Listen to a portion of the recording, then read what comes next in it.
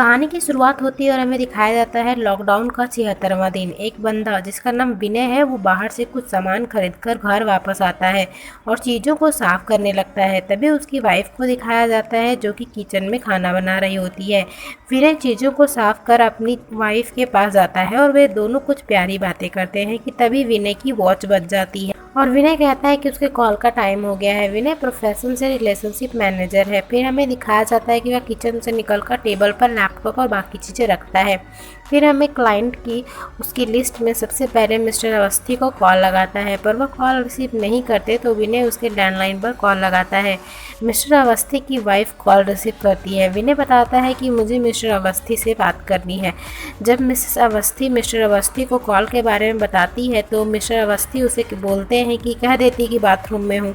फिर वह वो कॉल ले लेता है। विनय पूछता है कि आपका मूड ख़राब क्यों है, तो मिस्टर अवस्थी बताते हैं कि कंस्ट्रक्शन का भाव देखा है। जैसे हमें मालूम पड़ता है कि मिस्टर अवस्थी शेयर मार्केट में गैम्बलिंग यानी कि पैसा लगाते हैं। विनय उन्हें बताता है कि उनकी बाकी गैम्बलिंग तो अच्छी चल रही है। तो मिस्टर अवस्थी कहते हैं कि तुम ही हो जो मुझे खुश कर देते हो मेरी तारीफ़ करके। फिर वे दोनों कुछ बिजनेस की बातें करते हैं और विनय कॉल कट कर देता है। कुछ देर बाद वह अपनी दूसरी क्लाइंट जिसका नाम मोना बत्रा है उसे कॉल लगाता है। मोना बत्रा प्रोफेशन से एक्ट्रेस होती है। वह विनय को उसे कहती है कि इस पैंडेमिक की वजह से उसकी सारी शूटिंग कैंसिल हो गई है। Same boring life every day. वो बोलती है कि मैं हर दिन एक ही तरह की पिक शेयर कर करके थक चुकी हूँ, मेरे फॉलोअर्स भी नहीं बढ़ रहे हैं। तो विनय उसे कुछ अच्छी आइडियाज़ देता है और वो खुश हो जाती है। फिर वो कॉल कट कर देता है। जिसके बाद वह अपने तीसरे क्लाइंट रवि अरोरा को कॉल लगाता है। रवि अरोरा कॉल रिसीव करता है पर उधर से किसी की रोने की आवाज़ आती है। विनय चौंक जाता है। तभी रवि अरोरा उस रोती हुई लेडी को चुप रहने को कहता है, पर वह चुप नहीं होती तो वह उसे हिट करना शुरू कर देता है जिसकी आवाज़ विनय को अच्छे से आ रही होती है। फिर रवि अरोरा कॉल कट कर देता है। विनय बहुत घबरा जाता है। तभी उसकी वाइफ उसे आवाज़ देती है पर वो इतना घबराया हुआ था कि उसे कुछ भी सुनाई नहीं देता। उसकी वाइफ उसके पास आकर पूछती है कि क्या हुआ, तुम इतने घबराए हुए क्यों हो और कहाँ गुम हो, मैं इतने देर से आवाज़ दे रही। विनय बताता है कि अभी जब मैं कॉल पे था तो उधर से एक चीख सुनी जैसे कि वो अपनी वाइफ को हिट कर रहा था। उसकी वाइफ बोलती है कि तुम श्योर हो, क्योंकि हो सकता है उसकी वाइफ का आवाज़ ना हो, टीवी चल रहा हो। पर विनय बताता है कि नहीं, वो टीवी की आवाज़ तो नहीं थी, वो रियल था, मैंने क्लियरली सुना। तो उसकी वाइफ बोलती है कि पर पता करो, हमें हेल्प करनी चाहिए। और हाँ, उसकी वाइफ को कॉल लगाना, ना कि उसके हस्बैंड को। नंबर तो है ना तुम्हारे पास। फिर विनय मिस्टर अरोरा के प्रोफाइल से उसकी वाइफ का नंबर निकालता है और उसे डायरेक्ट कॉल कर देता है। अब सीन शिफ्ट होता है, हमें दिखाया जाता है मिसेस अरोरा को जो टूटे हुए ग्लास को साफ कर रही होती है। तभी उसका सेलफोन बजता है और तो रिसीव कर लेती है।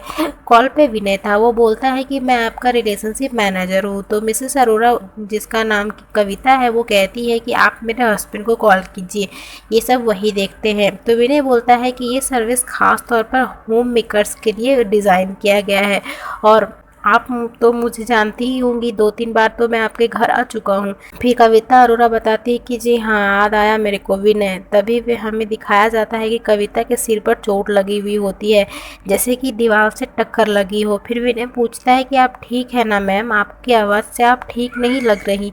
पर कविता मना करते हुए कहती है कि वो ठीक है। विनय फिर कहता है कि इससे पहले कि मैं सर्विस के बारे में बताऊँ, मैं कुछ शेयर करना चाहता हूँ आपके साथ। कविता के हामी भरने पर विनय बताता है कि मेरी एक बड़ी बहन थी, उस दिन आपके घर आया और आपको देखा तो उसकी याद आ गई। उस दिन कहना भी चाहता था पर फिर मुझे लगा कि आप क्या सोचेंगी। कविता कहती है कि आपकी बहन का नाम क्या है। विनय बताता है कि उसकी बहन का नाम भी कविता था। कविता थोड़ा सहमते हुए पूछती है कि था का क्या मतलब। विनय बताता है कि वे अब नहीं रही, उन्होंने सुसाइड कर लिया। यहाँ थोड़ा इमोशनल सीन हो जाता है। विनय आगे बताता है कि शायद वो अब सही ही होंगी। कविता पूछती है कि क्या मतलब। तो विनय आगे बताता है कि उसकी दीदी उससे 9 साल बड़ी थी, हमेशा मुस्कुराती रहती थी, पर शादी के बाद वे कभी मुस्कुरा नहीं पाई। उसकी शादी काफ़ी हॉरिबल थी। तो कविता बीच में ही कट करते हुए कहती है कि पति मारता था। तो विनय और उसकी वाइफ इस जवाब से हैरान हो जाते हैं। विनय बताता है कि जी हाँ, आपने बिल्कुल सही कहा, और क्योंकि मेरे पेरेंट्स पुराने सोच के थे तो उन्होंने को डील करने नहीं आया, और मैं तो बहुत छोटा था तो मुझे समझ ही नहीं आ रहा था कि क्या हो रहा है। मेरी दीदी ने भी मुझे कभी कुछ नहीं बताया। कविता पूछती है कि बच्चे हैं उनके। तो विनय बताता है कि जी हाँ, 2 बच्चे हैं। तो कविता बोलती है कि बहुत मुश्किल हो जाती है जब आपके पास कोई रास्ता नहीं बचता और आपके अपने सब जानते हुए भी हेल्प नहीं करते। बहुत मुश्किल हो जाता है जब आपकी ज़िंदगी सिर्फ आपकी नहीं होती, हमारे बच्चों की भी होती है, तो सहना पड़ता है। तो विनय उसे बीच में ही कट करते हुए कहता है कि नो मैम, अब्यूज़ को सहना कभी भी अच्छा नहीं हो सकता। और मैं आपको एक और बात बताता हूँ, इस तरह की बातें मैं अपने दीदी के साथ कई बार इमेजिन कर चुका हूँ।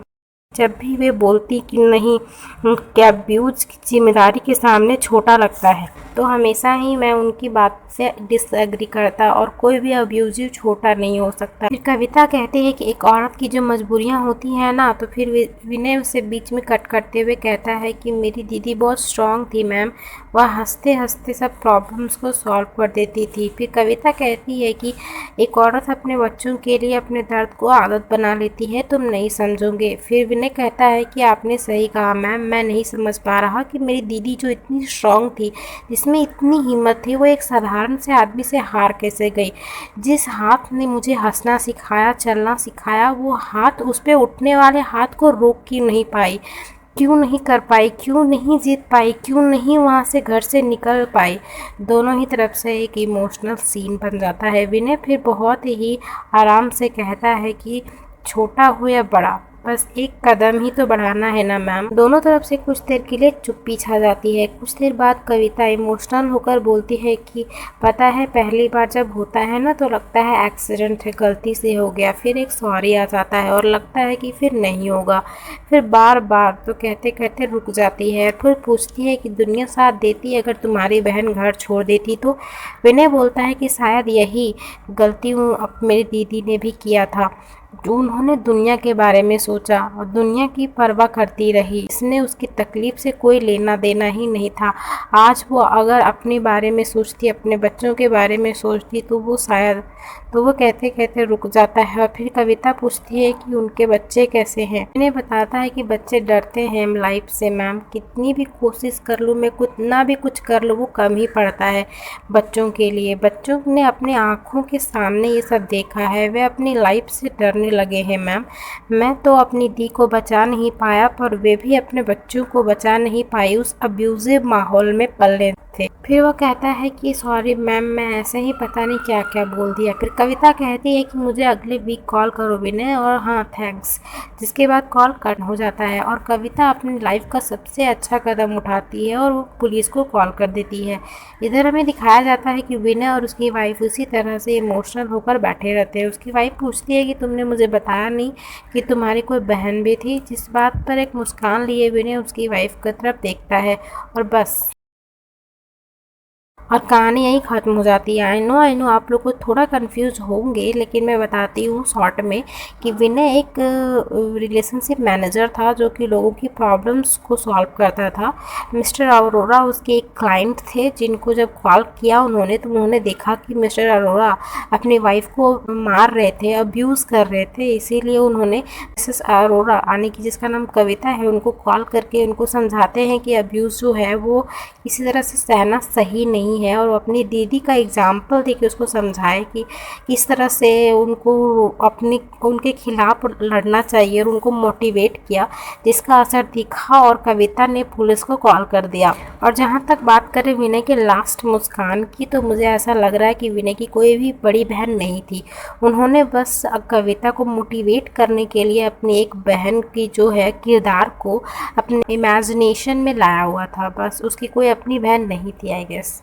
और सही भी है, किसी तरह के घरेलू मारपीट को सहना आपको कमज़ोर करता है, और आपके चाहो ना चाहो इसका असर बच्चों पर पड़ता ही है। शादी से वे डरने लगते हैं, क्योंकि इस जो सामने उनके हो रहा है वे अपनी लाइफ में तो बिल्कुल नहीं चाहेंगे। तो इस तरह से अपने बच्चों और रिश्तों को बचाने के लिए जो आप सहन करते हो, इससे आप कमज़ोरी बनते हो। इसलिए एक्शन लेना बहुत ज़रूरी है। आप चाहो ना चाहो इसका असर आपके बच्चों पर पड़ेगा ही पड़ेगा। और एक औरत जब अपने बच्चों को पैदा करने की क्षमता रखती है, तो अपने आप को बचाने की भी क्षमता रखती है। बस ज़रूरत है एक जागरूकता की। इसी के साथ मिलती हूँ नेक्स्ट वीडियो में, तब तक के लिए tata bye bye, see you soon.